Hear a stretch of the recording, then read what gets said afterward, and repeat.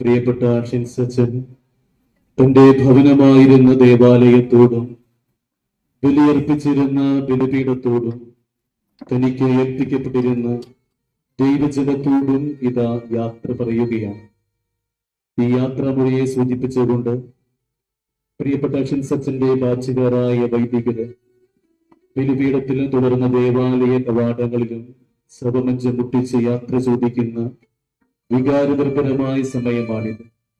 തീക്ഷ്ണമതിയായ ഒരു വൈദികനെ, നന്മയുള്ള ഒരു സഹോദരനെ, പ്രിയകരനായ ഒരു സുഹൃത്തിനെ, കാരുണ്യം നിറഞ്ഞ ഒരു മനുഷ്യ സ്നേഹിയെ നഷ്ടപ്പെടുന്നതിന്റെ സങ്കടം ഞങ്ങൾക്ക് ഏവർക്കും ഉണ്ടെങ്കിലും പ്രിയപ്പെട്ട ഷിൻസച്ചന്റെ ജീവിതത്തിലൂടെ ഒഴുകിയിറങ്ങിയ അനേകം നന്മകളിലൂടെ അച്ഛനെയും ജീവിക്കുമെന്ന പ്രത്യാശയോടെ പിതാവായ ദൈവത്തിന്റെ ഭവനത്തിൽ തനിക്കായി ഒരുക്കിയിരിക്കുന്ന ഭവനത്തിലേക്ക് പ്രിയപ്പെട്ട ഷിൻസച്ച